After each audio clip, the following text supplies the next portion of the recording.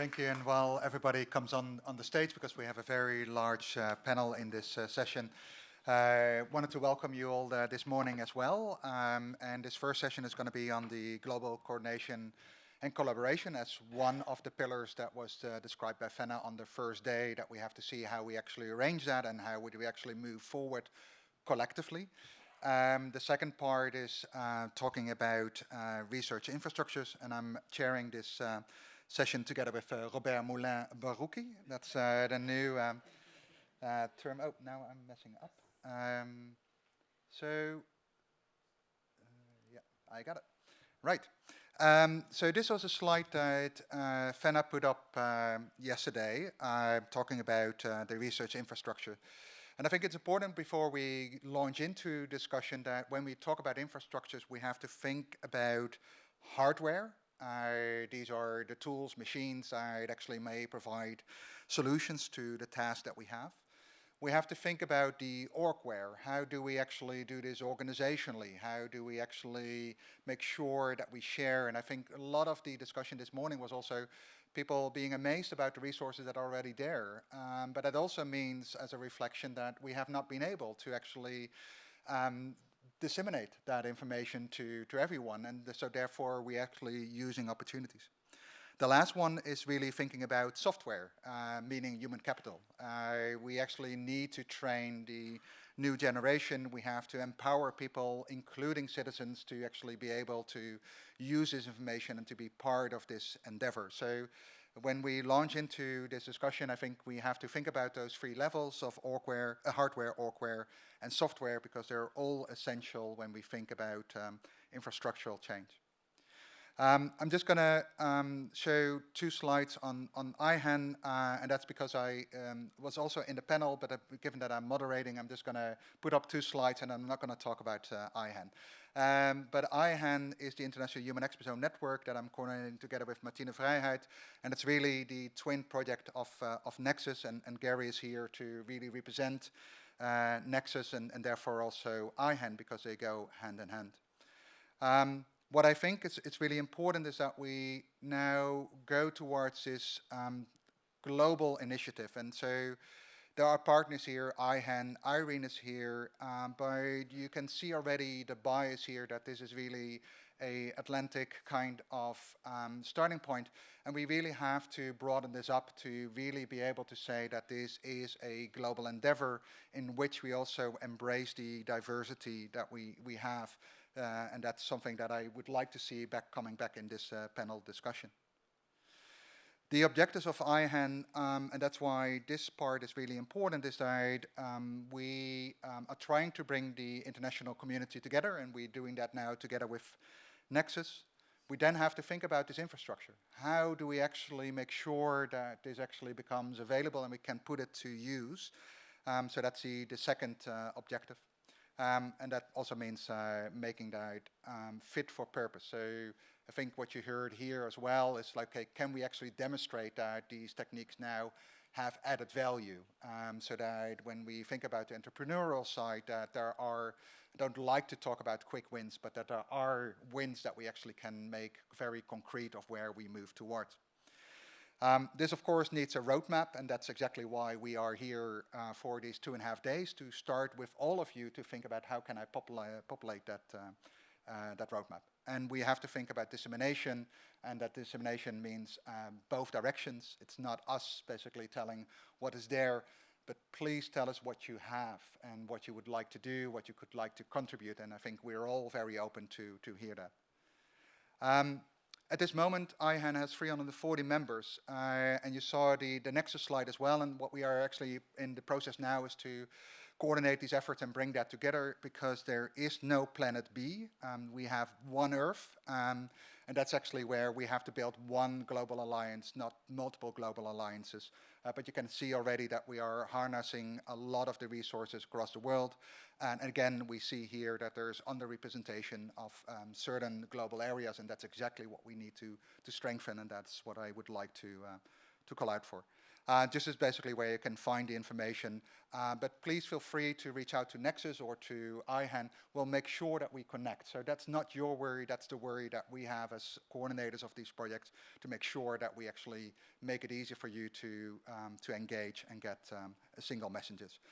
And with that, I would like to give it over to Robert. Thank you. Thank you, Roel. Well, talking about IHEN, I mean, we are currently finalizing an interim roadmap that we actually would be happy to share. It's open for criticism, for comments, for additions, and then we will finalize the roadmap within the next year. But we are currently writing this, and this is something that we would be extremely happy to share. When I was asked to moderate this session, I was actually surprised by the title, because it was about global coordination and collaboration, but it was also about infrastructure, and those things could be different in a way. But on the other hand, after reflecting on this, I found that the organizers have been extremely brilliant and smart, because actually talking about global coordination, we should talk about something concrete.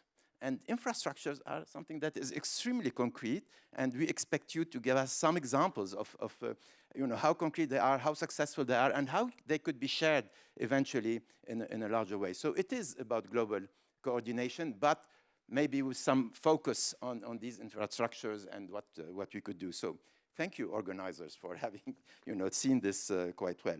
So let's start now. I have to say, we are several here. I mean, there are at least 8 panelists, well, 9 if I can count, but Roel, you're out. We have a short time. We would like to leave some time for the audience for questions. So 2 minutes per intervention would be really nice. So please, try to give the essential, what you think are your infrastructure, your network, your activities, how are they helpful at the global level. So we will start with Jana Klánová. She will be talking. Jana is from Brno, from RECETOX in Brno, Czech Republic. We'll be talking about IRENE. If I should continue in what you started, that should be Jana Klánová. Okay. Already yesterday, I said a few words about European Strategic Forum for Research Infrastructure, which is quite a unique entity. But here I would pick up on Roel, because he said that in order to build the human exposome as a global enterprise, we need to invest into machines and softwares and data solutions. There is one important word, which is capacity. If I should explain how we understand the research infrastructure Europe, it is about building sufficient capacities to perform the research. And it is about sharing, it is about coordination, harmonization, because we are really thinking about building sufficient laboratory capacities to analyze million samples in the comparative way, or we are talking about the ways how to bring together all those wonderful data from the cohorts and from the environment and make sense of them, but also to extract some type of information that would be useful for the policymakers and for society.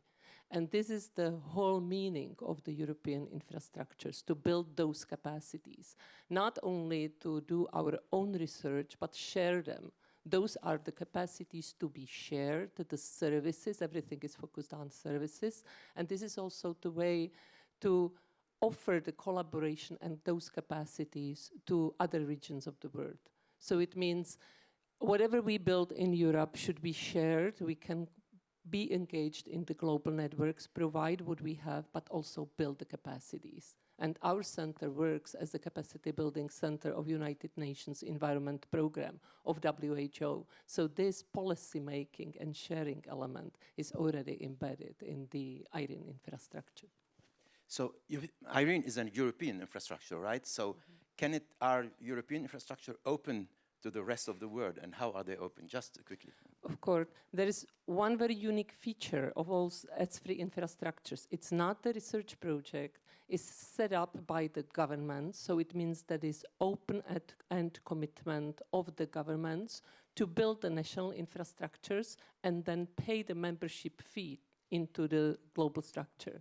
And it is set up as Europe, but it's pretty much our decision to decide whether we want to set it up as the permanent European legal entity or the international organization. So if we find enough partners in US, Canada, Japan, Asia, Africa that would be interested, we have about 6 to 12 months to decide now whether we are setting up more European infrastructure where others are still welcome to participate as associate members, or whether we really want to be the international organization. Thank you, Jana. So now we go to Nexus, to Gary, who will tell us more about Nexus. Yeah, so Dr. Wojcik mentioned Nexus before, so this is, it's an acronym, the Network for Exposomics in the US.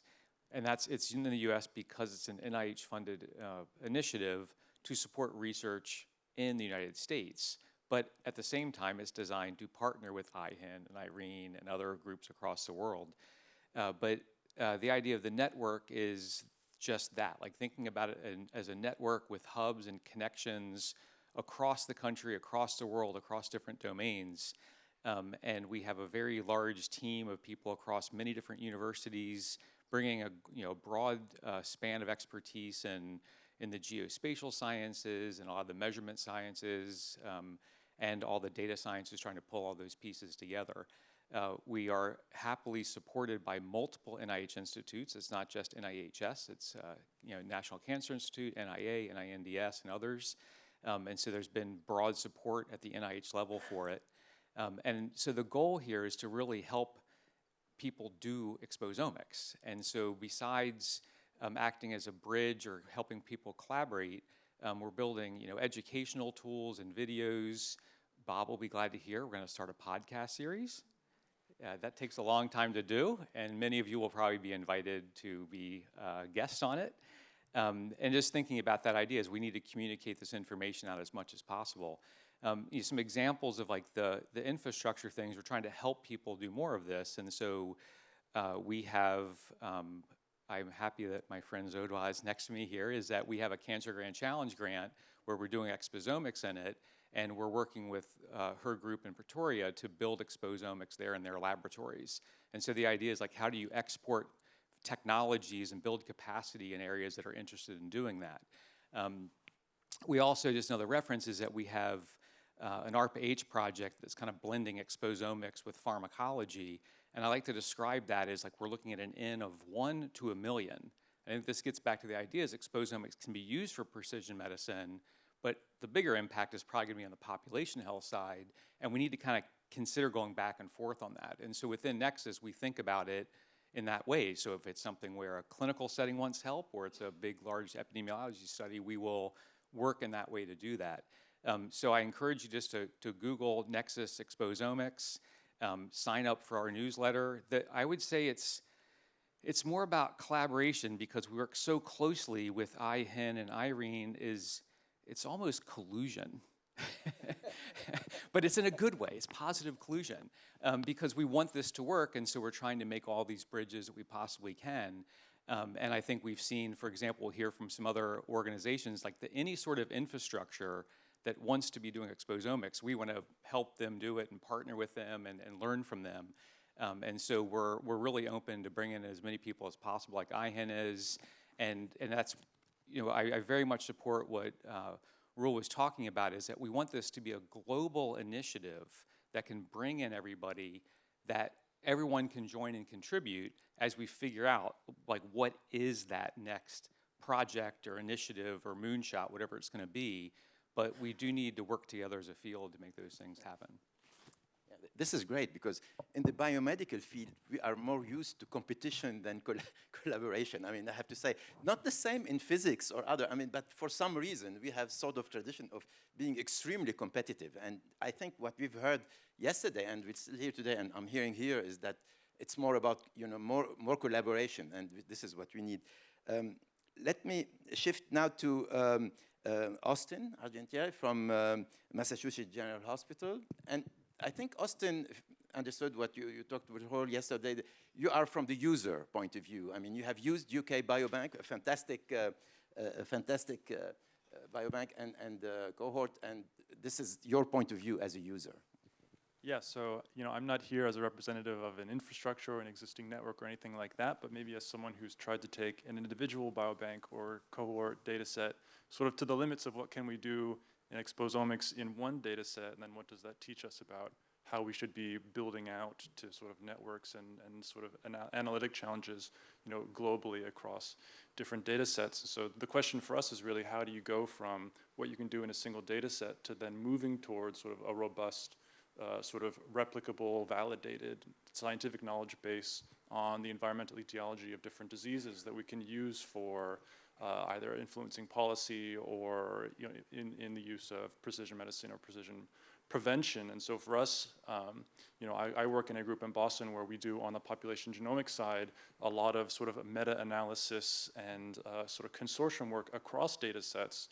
And so we sort of have some sort of tools for success in that area that we've thought a lot about in terms of exposomics as well. And there's sort of 4 kind of interrelated challenges we've thought a lot about that could be applied in this space. And the first is the big issue of replication. I mean, we saw some fantastic presentations yesterday about really great existing data sets all over the world, and there was a discussion early this morning about we need early big wins, right?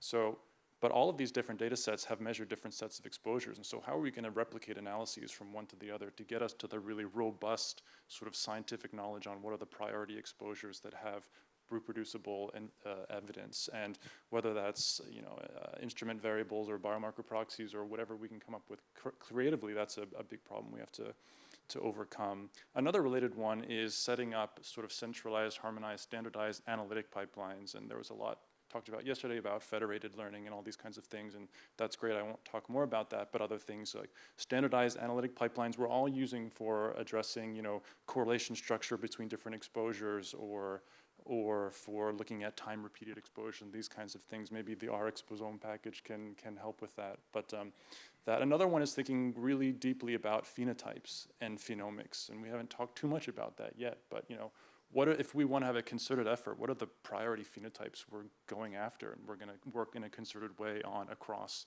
countries, across data sets, things like this. And thinking deeply about how we harmonize, how we code those, how we define them, and not just who has the disease, yes or no, but who progresses to severe disease versus not severe disease, or as a treatment after a diagnosis, who responds to treatment and who doesn't. This will really get us to the precision medicine, precision prevention aspect of all of this.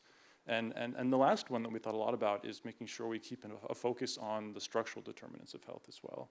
There's been a lot of discussion already about chemical exposures, toxicological exposures, pollution, things like this, but making sure we keep a focus on and a concerted effort in understanding, income inequality, education inequality, access to healthcare, living conditions, which will have a profound effect on health. So, I think Paulo would love that. Yeah. Yeah, just a follow-up question that I had, Austin, on the harmonization side, because we also have to realize that circumstances across the world are quite different. So what actually are we harmonizing towards, and at what level should we actually harmonize? So I thought, can you reflect on that as well? On the phenotype side, you mean? Or on the exposome side.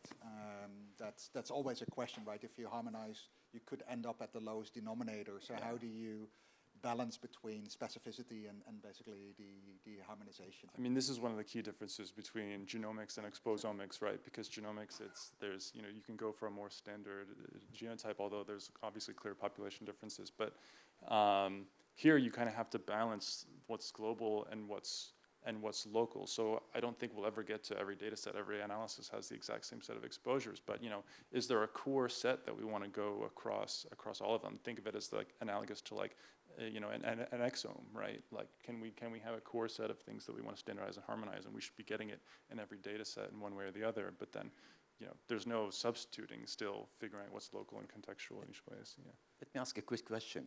Did you know about IRENE before today, or? I had heard of it before, but had not worked with them. Yeah. Okay. No, I know, but you have heard of it. I mean, yes, it's important to know. Okay, good. Thank you. So now we are going to Japan and to asking Mihye what's her point of view about this infrastructure and global collaboration. Thank you so much for letting me to participate in these great initiatives first. From the last 2 days, I learned a lot at this exposure and found that there are a lot of collaborative efforts are really concentrated in United States and Europe. And then I just personally thought maybe Asian core studies can be a great piece of puzzle to complete piece to complete this puzzle. So, but I was also thinking about, because I was very impressed by at the end of the yesterday, how openly you guys are open your data set. And I was just thinking to myself, how would it be possible for Asian course? Maybe I believe that that's the really right direction, and it should be. And then it'll take some time, but if you just keep knocking on and then working with them, it'll really happen. And also, I also learned that those great data are, as the podium first commenter said, was really concentrated in those outcomes, you know, the patient's data. And then I totally agree to that first commenter that we should have some more global exposure data, share house or storage. That was my thought. Thank you. So do you have in Japan data on the environment? I mean, are you, somebody asked the question a little bit earlier. I mean, we are talking about human, but I mean, do you have a sort of biobank of environmental soil or water or whatever?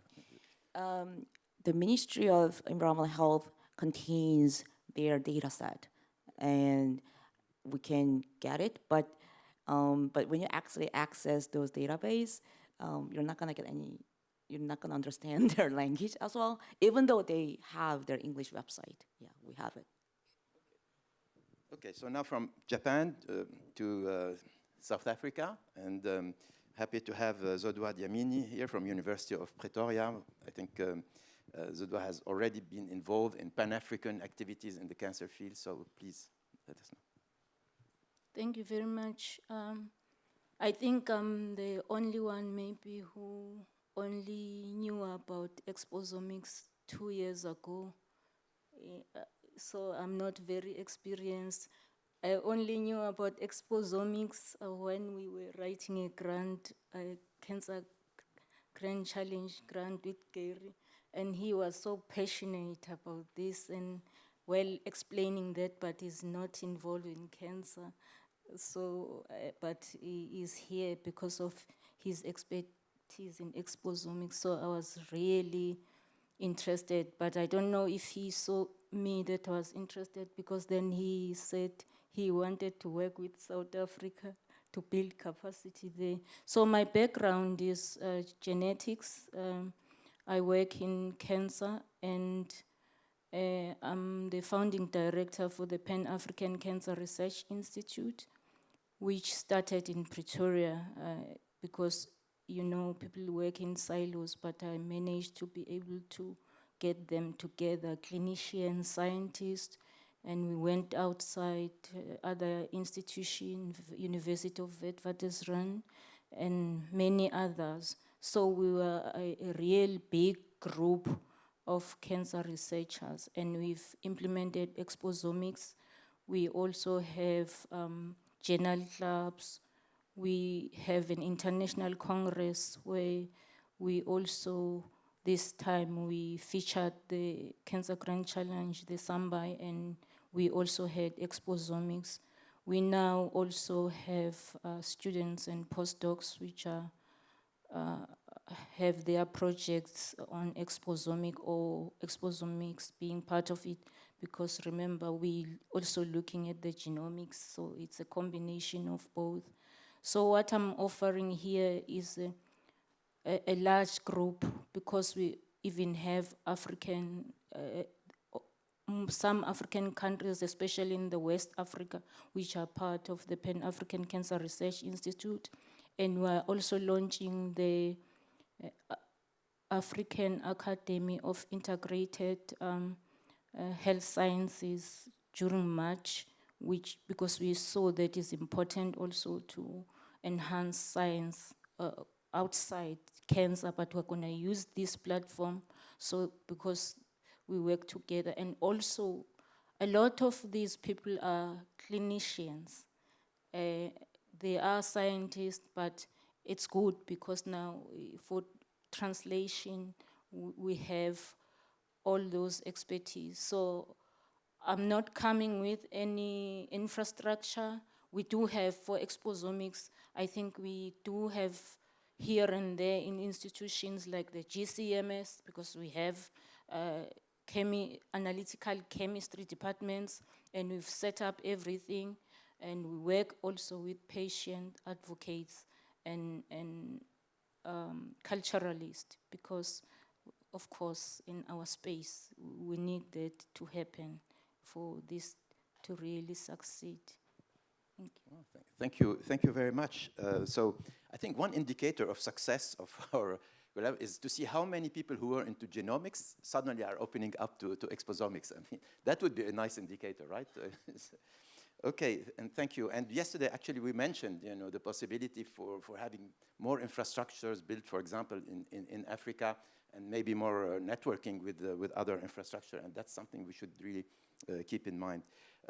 So now back to the United States, but with an international perspective, with Sara Adar from University of Michigan School of Public Health. Sara? Thank you so much for having me. I am here actually representing the Gateway to Global Aging Data Project, as well as the Gateway Exposome Coordinating Center, which is a new project. We're very excited to team up with you all on that. And one of the things I like you were just talking about was success, right? So we were asked to think about what would be the markers of success for a project. So I will go through the details of what we're working on and sort of thinking about those specifics, but if you would all humor me for a second, I wanted to start at that big place, right? The moonshot idea. And you had this wonderful statement of saying, we don't know what the moon is, but I think we do know what the guiding star is. You know, the North Star is that we're trying to make a better and healthier world. What do we mean by that? Like, what are our goals of success, the measures, right? I think we're trying to provide evidence-based research that will ultimately change policies and intervention to improve people's health, right? Either reduce risk or increase benefit. And I think we're also trying to train, right? We're trying to do capacity building. So by the time I retire, which hopefully is not so long in the future, but I hope I still have some years left, right? There is a whole generation of people to continue this important work. So with those sort of principles in mind, what our objectives are in our centers are, one, to help curate environmental data, and I mean that really broadly. So our center is not only looking at some of the things we're all talking about, air pollution, chemicals, you know, workplace exposures, things like that, climate, but we're also thinking about the social environment, social isolation. We're thinking about community services. You know, are there support structures in communities? We're thinking about policy. What are the policies that are influencing our education, that are influencing, you know, your access to healthcare when you retire, those things. So we are engaging experts to curate data, and we're actually working with the goal of trying to make metrics that can be harmonized when possible, and to Roel's comment, right, leave the opportunity for local, you know, nuances to come into play. So our goal is to use experts to create free data, science-ready data sets, guidance, and metadata for people to incorporate into their health studies so that we can move the science ahead. Again, keep things comparable across studies when possible, but allow that possibility for innovation. So our measures of success there, if we get the data sets out, if, you know, how many people are using them, if we have those, you know, guidance and things like that. We're also working really hard, just as, you know, my colleagues here on the stage are, to partner with health studies. So we have a long collaboration with the Health and Retirement Study and their sister studies around the world. We've already been linking up exposome data to 8 of them, but we're working, you know, to go with others. And that has the nice benefit not only of trying to reduce unnecessary variation, right, between studies so you can make them comparable, but also accelerate science. There's no need for us to replicate the beautiful work, right, that Roel you've been doing for years. There's no need to replicate. If we do stuff, we'd like for you just to have it and use it, right? That's what's going to move the field forwards towards our North Star. And finally, we're working on the guidance, and we're working on training and capacity building. And so signs of success there, of course, are, you know, all of the young folks in the room or folks new to Exposome, you know, moving ahead with this research. So that's our perspective. We're so delighted to be part of the meeting. Thank you very much, and thank you for mentioning the social factors. I think this was mentioned a number of times, but may not be as represented as we would like to be here. And I think this is something that we have to think about more deeply, and in the plans, you know, that we have, get closer to the people that are very much involved into social factors. And it's from us, but it's also from them. I mean, it's both. It's not so easy sometimes, but we should do it, and that's something really important. So now, Denis, what about ExpoHealthNet? You know. Yeah, so ExpoHealthNet, Robert, is the latest, let's say, player in the European exposome scene. That's a cluster of 6 projects, as I said, with a significant budget, over 60 million euros. Which has just started about 6 months ago, and it will be running for the next 5 years. And the idea here is actually, I was just trying to think, you know, how is this different to EIHEN, or, you know, how is this sort of building on what we learned from EIHEN and from the previous projects, HEALS, Athlete, and whatnot. So I think what I would say is different, or hopefully will actually help in this direction, is that actually in discussing among the PIs of these projects, the idea is to actually support essentially a more systemic approach. So try to integrate fragmented exposures to integrated profiles, take into account dynamic profiling. You know that I'm very fond of dynamic aspects of the exposome, and I think it's a key advance in this sense. At the same time, of course, we're building a common language for exposome research, and that means essentially things like harmonization of protocols, standardization, harmonized data, shared methodologies, and the ways to ensure that these methodologies are actually interoperable and also comparable. And I think that's a good thing for Europe, and it's a good thing to expand around the world, indeed. And finally, the last thing that I would think is you know, highlighting the uniqueness of ExpoHealthNet is the use, of course, it's a question of, it's the time of the, it's this era of AI, is the use of AI to move towards what I said in the opening session, actionable insights. So really try to go all the way from early biomarkers of disease to actual non-communicable disease, understanding, you know, of how there's the interrelations are, to early warning systems, both for public health and for exposure, and of course to precision public health and precision prevention. And so the idea is to actually turn the exposome science into action as opposed to just understanding. And I think that's important. All the projects have interventions planned in them, so they're actually a bridge between, let's say, discovery based on the exposome and intervention research, which I think is also what we have always wanted to do. The idea is to have also to build a pan-European knowledge ecosystem with capacity building, of course, in different European regions, with mobility and cross-training. We have, of course, experience on this, and of course, shared infrastructures on there. The link with what we have discussed so far, EIRENE, and also the work that's being done in the US and other, I hope, very good about South Africa. I was very happy to hear that. Would actually be very important.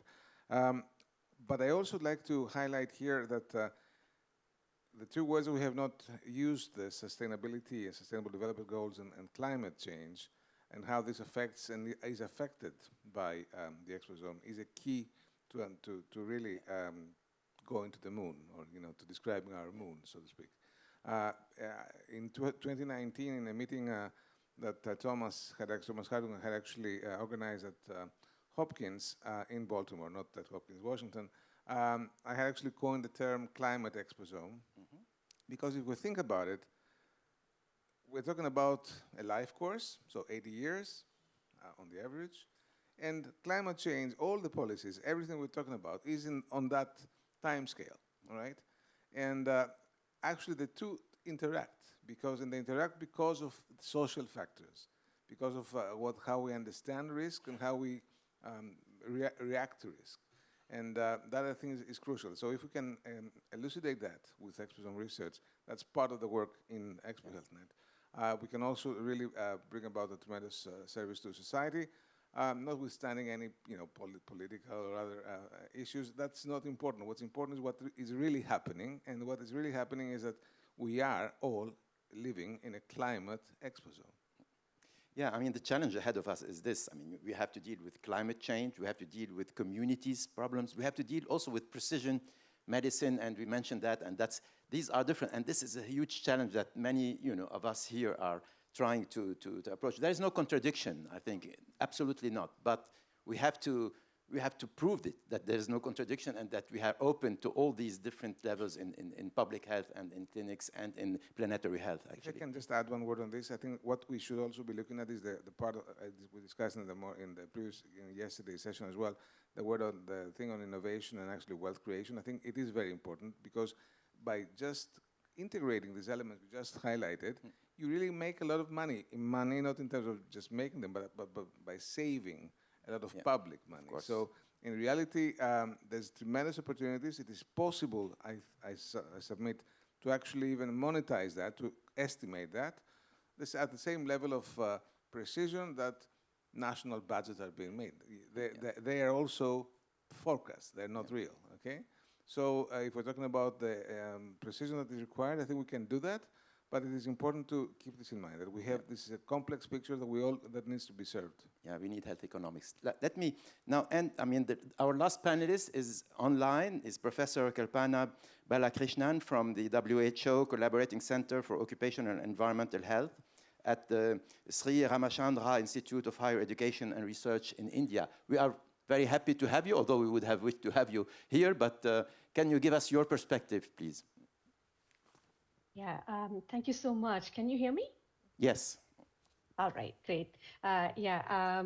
It's really wonderful to be joining online, although I do wish I was able to join you all together. I just wanted to take this opportunity, building on the conversations that I've been hearing online since yesterday, greater need for this consortium to be truly global and to include, a substantive representation of the global South. I am an exposure scientist, and I work in India. As you heard from my colleague Purnima, who is present in the audience, so much work is going on in India. But this whole challenge of delivering change with exposure data for health has been an extraordinarily daunting one. And so you then throw in a much larger exposure integration or exposemic frameworks to policymakers, or where actions are needed. It's not a trivial exercise for us to sort of really have some early gains. But I wanted to share, just three ideas very briefly, and I'm happy to elaborate it after the meeting for continued discussions in terms of what could be priorities for global coordination, especially for the global South.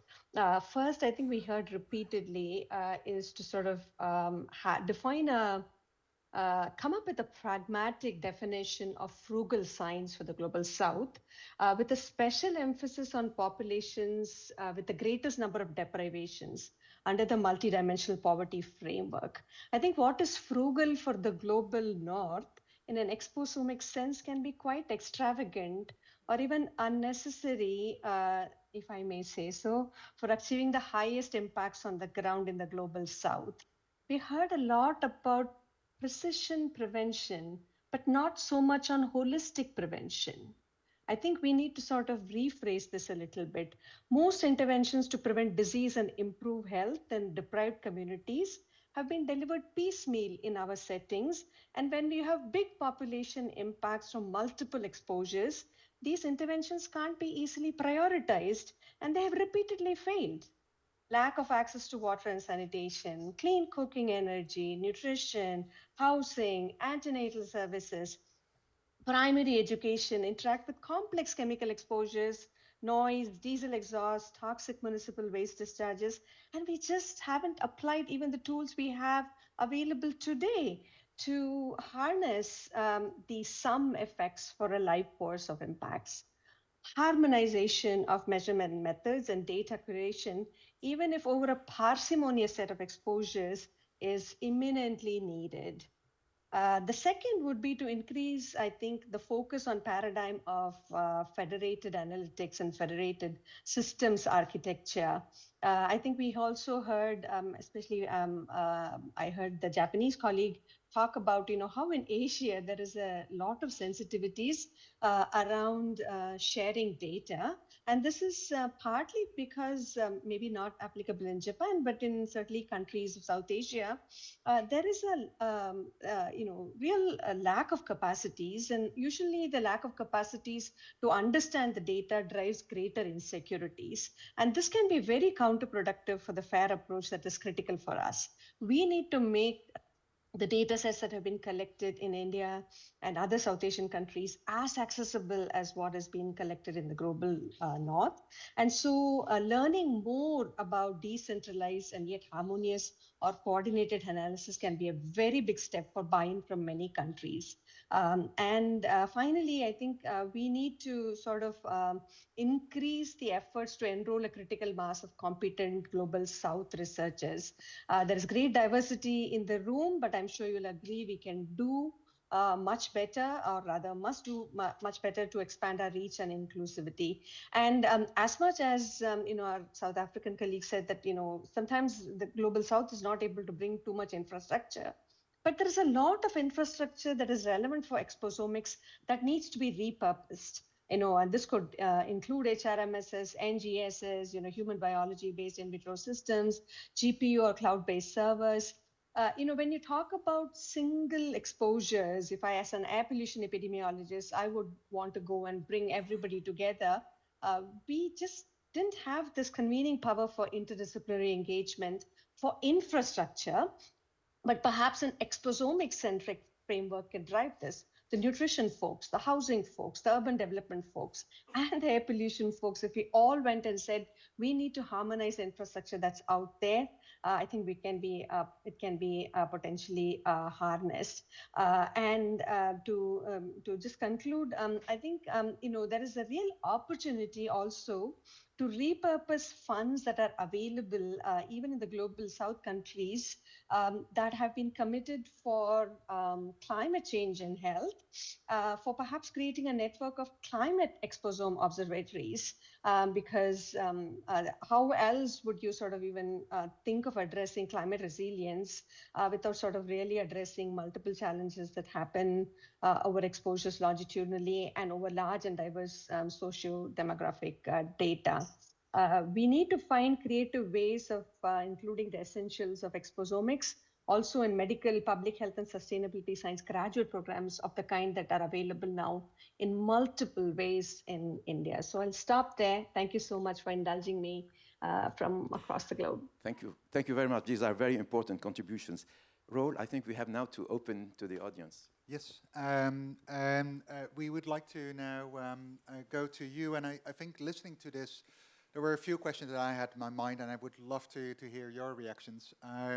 Of course, this is a snapshot of infrastructures and thoughts about how global coordination could happen, but there might be things missing. So please also come forward where you think, okay, there are parts of this puzzle that are not here, or there are other infrastructures that we haven't thought about that actually could be very useful for this enterprise. So that's one thing that I would like to pose to you. The other question that came up in my mind was the question, we talk about infrastructure, but who is the, if you want to call the client of that infrastructure? Are we doing this for excellent research? Are we doing this for the policy science interface? So that's also, I think, a reflection that would be good to collectively think about what it is. The last one is, I think, it would be good to share amongst us what are really the success factors that make an infrastructure work, and what are perhaps also the don'ts in those exercises, so that we actually can learn from each other how to move this forward. So with that as a prompt, I would like to give the word to Paolo on the left side. Thank you. Yeah, Paolo Vineis, Imperial College London.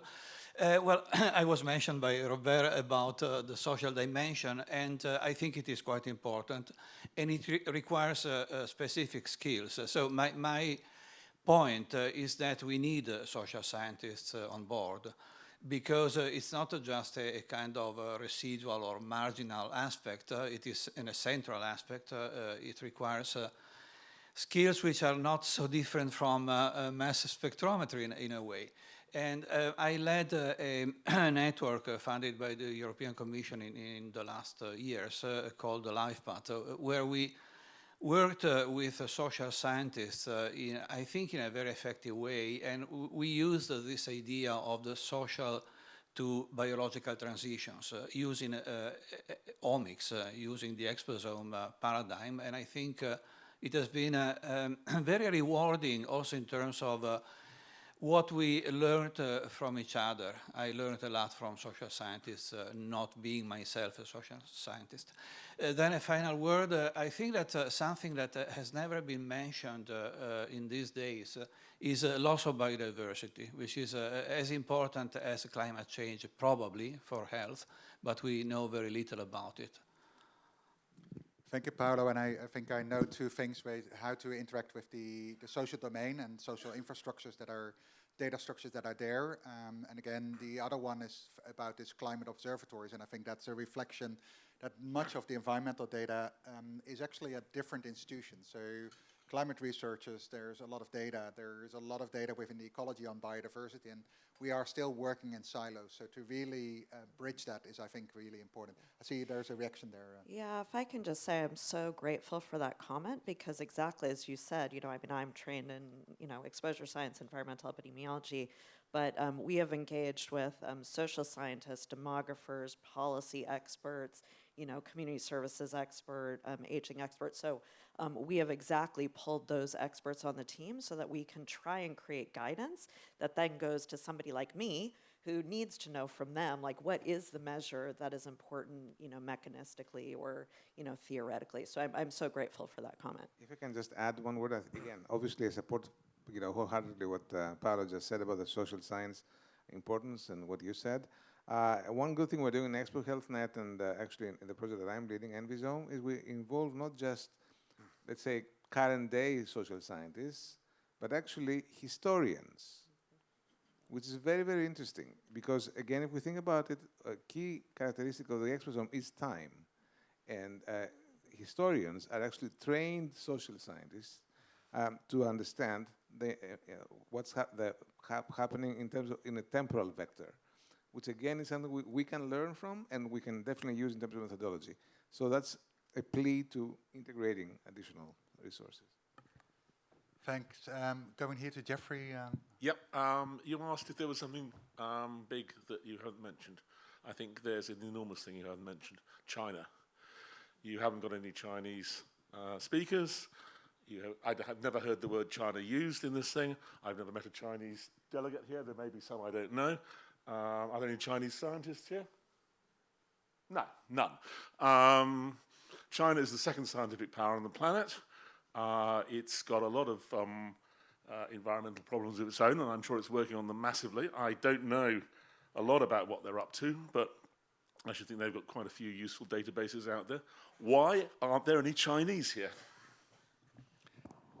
Can I answer? Yeah, I think, Gary, can you? Through emails, I know some are online. So many of our colleagues that we invited, they just weren't able to travel. I've been to China a couple times for exposome-related meetings. There's one coming up in the fall. So I think that it is represented in many connections. They're doing a lot of activity. There's been many different talks and things. So I know there's people online, and those that wanted to be here. So I don't think there's been any sort of exclusion at all in that regard. Yeah. Yeah, well, I think, again, some people we invited, we would have hoped to be on this panel, and they just couldn't make it. Also thinking about regions is, I want to put a plug in for Bob Wright's meeting coming up in Santiago. We haven't talked much about South America. There's been several meetings that we've had exposome sessions in South America just in the last year or two. Rick Wychick and Trevor Archer were in Santiago about a year ago for a meeting. So I think that we've seen a lot of activity there. And then Jana hosted a session at the infrastructure meeting in Brisbane, Australia. So I think we have a lot of representation. We invited a lot of people here, but not everyone could actually get here. Yeah, and just a short reaction to that. I think this is a start, right? We're starting to engage globally, and I think it's really important to actually notice that we're not reaching out, or in the engagement could be improved. Within IHEN, we are doing currently a train-the-trainer program where we are actually trying to build up resource and education materials that actually are suitable to actually be engaging more and more people. And I would actually invite everybody to think along about who are those partners that we could reach out to so that we actually can get to the global arrangement. But I think the point is well noted. I'm just going to the left side again. Okay. My name is Chiho Watanabe, Nagasaki University from Japan. And I think that maybe I have commented, I should have commented for the previous session. But anyway, my point is exposome is not only useful for the health community, but also very much useful for the environmental community. And some previous commentators already pointed out that we haven't rarely heard about the climate change. And today, some people commented on that, and Denis said we are living in the climate exposome, exactly. But I think in addition to that, we are living with other elements, other living organisms, and also we are living in the polluted world still. But I think maybe nobody mentioned about the planetary boundaries. And I think the planetary boundary is one of the main concepts in the environment discussions. And the big difference between what has been discussed in this today's and planetary boundaries is just a time dimension. And all of the planetary boundaries are concerned with a very small, short period of time. And I think that all the health elements should be also related with this short element of time. And I think, sorry, my question is, planetary boundary is what? Okay, the planetary boundary is very short, but they are not looking at the health, human health mainly. They are only concerned with our subsystem, so-called. So I think that maybe from the data from the exposome can present how the human health and the human well-being is related with this short time frame. So that in that sense, this output from this consortium is very important. I think it's good for Jana to react on that, because I think Jana's doing a lot of work to actually bridge between the different infrastructures from the different fields. I have a row of comments to the things I've heard. I would start with you because you asked who are the clients of the research infrastructures. Everybody. Because how the research infrastructures are supported in Europe is from the budget on excellent science. They are putting a lot of money not only into setting it up, but especially developing the new services and technologies. But in those services, they are always asking about the societal questions. So in order to succeed with our infrastructure, Europe opens the typical societal problems and are asked how we can group existing infrastructures to answer these questions. So we need to move the excellent science forward, but at the same time we need to be responsible to the society. And now this plays an increasing role also in the evaluation, because you also asked about the metrics and evaluation. We are of course being evaluated every few years at the national levels because countries are paying it, but also at the European level, and then the societal impact is very important. And this is why I mentioned we also work with the international UN conventions as the capacity building centers for the Stockholm Minamata Convention, WHO and such. And it also brings me also to the collaboration, because we said we need to bring the scientists from different fields. Yes, but in Europe, this S3 roadmap has 40 different infrastructures. So there are existing infrastructures on climate change. There are several on biodiversity. Those infrastructures are international, not European. There are infrastructures on the oceans, oceanic platforms, on the management of the biological data. So we are really trying to work together, and Europe is really paying for it, and I must say, paying globally. You know, the global players are eligible for this money, not just Europeans, to really bridge those gaps and work together. And yesterday there was a session on the policy, and I've heard the question how we can attract the attention of the policymakers. I think we have all the attention we needed. There is the international panel on chemical pollution that is being built. There are existing panels on biodiversity, existing panel on climate change. There are convention on climate change, biodiversity, persistent organics, mercury. They are all there, and they are always looking for the policy advice. So we have to make sure that we will push for excellent science, but a side product is a lot of information that would be used for policy making. Jana, can I just ask a follow-up question to you? Because the reason that I asked about the stakeholders or clients is that we will go into these breakout sessions in the afternoon where we talk about needs and what are then the milestones and what are the solution. And when we think about needs, there are different needs that different stakeholders have. And so I just wanted to be everybody really aware of that. We have to ask the question of for whom are we doing this? Because that actually may mean that we have a different roadmap for different stakeholders. And that might be really okay because we need different storylines and different things to actually motivate and get people engaged. But I was just trying to get that on the forefront when we go into these sessions this afternoon. I think science is really the heart of it. You really need to push forward the interdisciplinary science and connect all those elements. But then the outcomes can be very specific. It reminds me one of the questions from yesterday when somebody asks, do we really need to chase those specific chemicals? If we measure the metabolome, we just know the state of the organism. But then it would be useless for policymaking. Because for the policymakers, you really need to know what they are to regulate. Is it, you know, the sick buildings or chemicals or the mental health of the children? So must be both.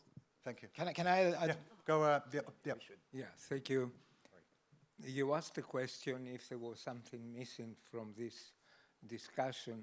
Now, if the goal is to promote coordination and collaboration, and if this goes beyond the aspiration of sharing openly our information and maybe building bilateral or multilateral collaborations, you need a governance mechanism. I mean, the word governance is missing. How would you decide amongst yourselves what would be the strategic priorities for such a consortium? How would you accelerate the work on the exposome globally? This goes beyond the soft dimension of we are open to collaboration. We would need something more. And the second point I want to make has to do with this vision. I think it will help a lot if in the vision of the exposome, first you made clear the link to Sustainable Development Goals and climate change, and second, that it is value-based. You all talk about equity, you all talk about the social dimension, but then it will be lost somewhere in the small print. Put it up front and say, we believe in those aspects, in those values, in those principles. Then you will gain more friends. Thanks. I'm just looking at Kalpana maybe to reflect on the governmental side of how we actually increase the engagement.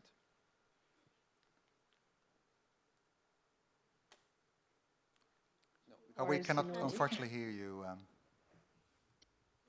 You still can't? Yeah, we can. Now, yes. Yeah. Okay, Now yes. you can? Yeah. All right. One of the challenges, that we often face while interacting with policymakers is how small the pool of local evidence is compared to the global pool. And when the global pool starts making impact assessments but very little representation of the local pool of evidence, it often puts us in a very difficult position of defending how relevant the global pool of evidence is for actions.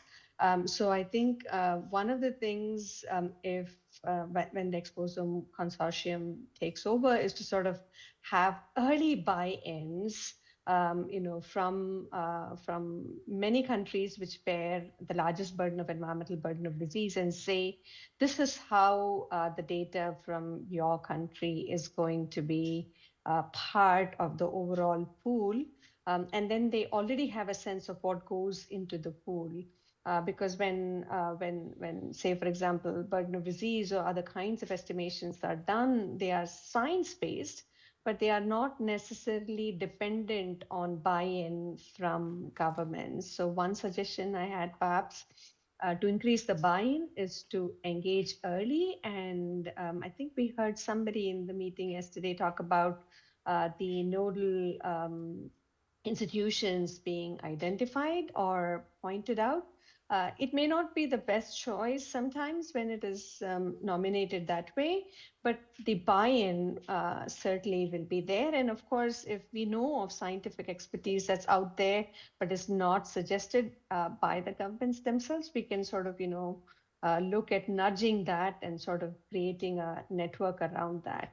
But having that early buy-in on whatever the outputs might come out of the project from these governments, as challenging as it is really needed, whether it's Ministry of Environment or Ministry of Health. Thank you. We'll go to a question here.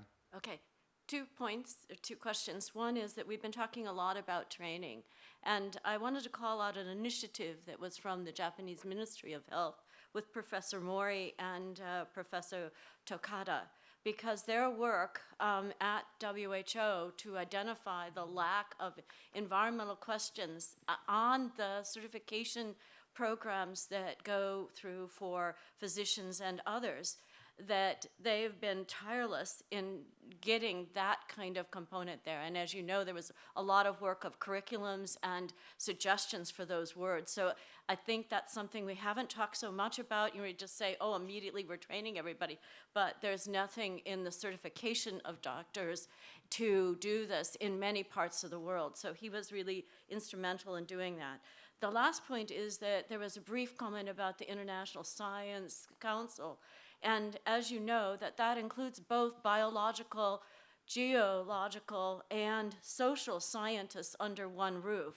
I used to co-chair the World Data Systems, and now I'm on the Citizen Science Board for the Co-Data Group there. And there is tremendous engagement by China there, from the Chinese Academy of Sciences and others, and also engagement to go across. We haven't even heard the word geo-health here, or any of the geophysical unions. So I think that I was excited to hear that yesterday, but there's tremendous opportunities there. So it's not quite a question, but I guess the question is, you briefly mentioned that, but how do you bring them in? So thank you. Thank you very much. There's another question, or is there a reaction? Dennis and then Gary. I was just saying I thought it was well stated. I don't think we need a reaction. I think we just need to work on that, and people like you that have some of these connections is to think about doing it. Yeah. Just want to say that actually we are in contact with UNEP in terms of looking at the environmental side on the global scale, and exactly trying to working with people in Nairobi about bringing the Exposome as a tool to actually understand the dynamics. Again, I'm very much into dynamic assessment on a systemic level, and I think that's what we need to do. But that is a part of international governance to include. Jana? I still think that this last question wasn't really answered about the global coordination, and we should say something about it, because I think this is exactly why we are here, to talk about some kind of global coordination. But I don't really agree that we need to set a strict leadership and the priorities, because I see this future Human Exposome initiative as the global, flexible kind of initiative that can host numerous different projects. So in this session, we discussed that there is ongoing collaboration between IHEN, EIRENE, NEXUS. Each of them has a different priority. In EIRENE, we really heavily focus on building enough capacity to serve globally. IHEN is much more about networking. You know, some others are the projects that are short term, but they are pushing for specific scientific goals. So we are really looking for developing some kind of structure for sharing information, sharing resources, maybe harmonization of our capacities, but it doesn't have to be very strict and driven by few people. I see it as something flexible, and you all can contribute, because this is exactly what we'll be discussing today. You have to start with something that is pragmatic, I mean, instead of just putting it in a... Yeah, I was actually thinking, Zodwa, that would be good to think about these different priorities that we have. So could you comment on that? I would like to apologize. I actually wanted to comment on the policy, like government involvement, that in South Africa, it might be different than in other countries. We have funders, like the biggest health funder is the South African Medical Research Council, which is funded by the Department of Health. So just by talking to them, they are able to organize that sort of collaboration. And the South African Medical Research Council I hold also a directorship for the MRC unit, which is easier from the South African side. Also, the National Research Foundation is funded by the Department of Science, Innovation and Technology, which I also hold the chair in that area, so it's easier.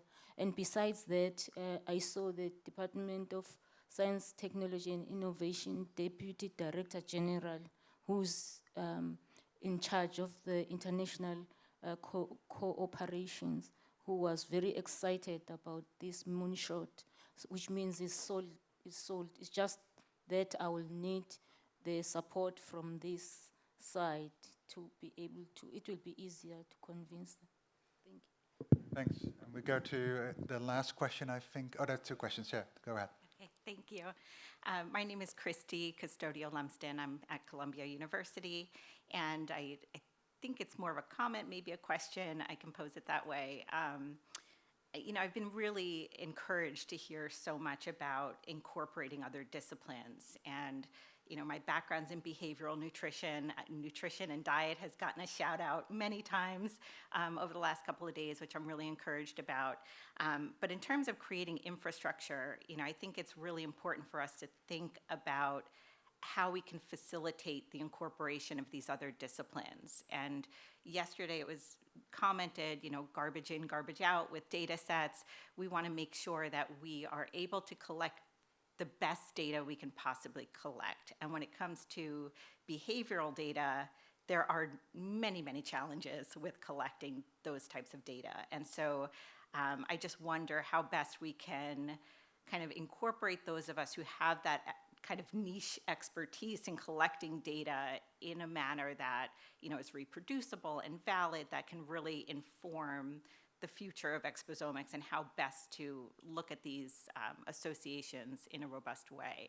And it sort of builds on what Kalpana had mentioned earlier, kind of focusing on holistic prevention. And it's just making me think about, you know, the need for multi-morbidity prevention and common risk factor approaches. If we can think about that early on and try to think about how we can not just focus on a single disease endpoint, but kind of promoting this more holistic health focus, it might lead to greater buy-in from the rest of the scientific and public communities, greater buy-in in policy if we can show, look, we can intervene in these ways on these particular exposures, and it's going to have an impact across a number of conditions. I think that might sort of help the cause. So, thanks. Thank you. Yep. Thank you for the comment. I wholeheartedly agree. Again, you need the experts in the room to be working on it.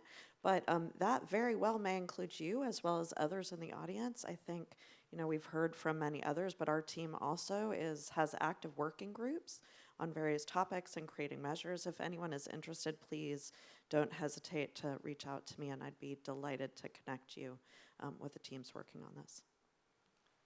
Thank you. Then we take a last question. Thank you. Hi, my name is Konstantinos Makris from the Cyprus International Institute for Environmental Public Health. I would like first to congratulate the organizers for this excellent meeting. It's very difficult for me to get in a conference or in a place meeting new people without having to explain human exposome, what it's about. So this is amazing. This is the good side of such an event. Not the bad side, but I would say the opportunity that comes out of such an event has to do with the fact that we have to talk and interact with people that don't know anything about the human exposome, and especially the people that will make the decisions for moving forward such an ambitious program are people that have never probably heard the human exposome, or maybe I think that's a good assumption from us to begin with. So I would like to see more from this meeting. What are the fruits of the human exposome activities that have been going on now for quite many years that we would like to bring forward in order to communicate those and identify as sellers of this idea to such people that have never heard of the human exposome. So what are the low-hanging fruits from all these projects that have been going on for all these years? I would like to hear about them because I'm not sure we have done this exercise. Not only the low-hanging fruits, but maybe also some new discoveries, some new metabolites, or some new emerging contaminants that we believe are going to change the mentality of those skepticists that was brought forward already yesterday by Dr. Wright and others on how skepticist these people are towards new initiatives such as the human exposome, especially if we're going to ask for so much money from policymakers around the globe. So we need to compare and say against the conventional approach and the doing business as usual, what new in disease prevention, in disease prediction, in other applications the human exposome brings forward. So that's a comment I would like to make. And I think the initiatives like the IHEN and also others are trying to push towards this direction. And as Roel also mentioned, we have the Train the Trainer program that I believe it's a very good opportunity for all you trainers and your colleagues that you would like to engage in identifying these ambassadors, as we would like to call them, of the exposome concepts from around the globe, from low, middle, high-income countries that would like to be engaged and bring forward these fruits of the human exposome forward. Thank you. Thank you for that comment, and I think it's a great segue to think about what we actually are charged with for the rest of the day, is really to come up with take stock of what we have done, what are the needs, what are the milestones and solutions that come from that. So I think that is a perfect charge that we have for today. That's a nice conclusion, actually. So exactly, and I was going to give it over to you, Robert, to conclude. Well, I think we've heard a lot of very interesting things, and I think we are facing a lot of challenges, and this is really the aim. And challenges, we should go global, but also think also locally and work locally. We should think in terms of precision prevention and holistic prevention, but I still believe that this is not contradictory. There are many, many challenges. I don't think we have to put, you said, what are the discoveries? Well, we cannot plan the discoveries. We can plan the conditions, the right conditions for scientists to make discoveries. And this is what infrastructures are really about. And open infrastructure, interacting infrastructure worldwide can do that. Give you the possibility to make discoveries. But then it will be up to you, basically, to make them and to translate them into policies afterwards. So I think we should. I think we are over time now. There are over some. I think you might make some comments, or we should applaud the panelists now. Thank you.